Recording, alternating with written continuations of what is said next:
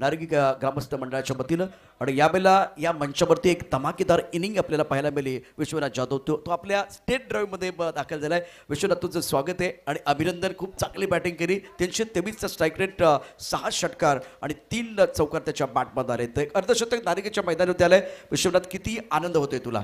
आनंद खूप होत आहे, कारण समोरची टीम चांगली होती आणि माझ्या टीमसाठी मला राहणं विकेटवर खूप इम्पॉर्टंट होतं. ते माझ्याकडून झालं, मला खूप आनंद होतं. 5व्या षटकामध्ये आपण बघितलं तुला स्ट्राईकच मिळालं नाही. त्यावेळेला नॉन स्ट्रायकर एंडला तुझ्या मनामध्ये काय चाललं होतं? मला स्ट्राईक, कारण माझ्याकडे बॅट्समन जास्त आहेत ना माझ्या टीममध्ये.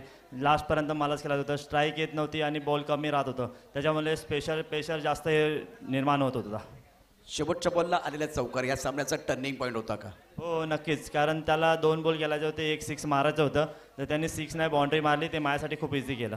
एक अर्धशतक आलं. यापूर्वी अनेक अर्धशतके खेळी तू साकारल्यात, परंतु एक बेस्ट इनिंग आता तुला वाटते ज्या पद्धतीनं 76 धावांचा पाठलाग करत क्वालिटी गोलंदाजी विरुद्ध ह्या अर्धशतक झळकावलेस? हो, खूप महत्त्वाची इनिंग होती, कारण समोरची टीम आर्नालाची होती. कारण ती काल आम्ही त्यांच्यासोबत पराभूत झालेलो आणि आज आम्ही त्यांना पराभूत केलं. त्याच्यामुळे खूप आनंद होतो.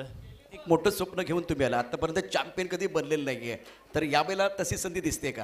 हो, नक्कीच. कारण नारंगी ग्राउंडवर अजूनपर्यंत आम्ही कधी जिंकलो नाही आहे. आजच्या दिवशी पूर्ण आम्ही प्रयत्न करू टॉप 4 जायचा.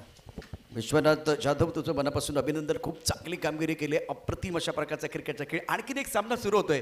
2 सामने रोमर्षक झालेत. आणखीन एक सामना धमाकेदार होणार आहे. विश्वनाथ, तुझं मनापासून अभिनंदन आणि स्टेट ड्राईव्हमध्ये जॉईन झाल्याबद्दल धन्यवाद. जाऊया कॉम्बॉक्समध्ये. तिथे आमचे विजय जाधव आणि विजय पाटील, कारण विश्वनाथ जाधव आहे त्यामुळे विजय जाधव येत आहेत. तर विजय पाटील आमच्याबरोबर जॉईन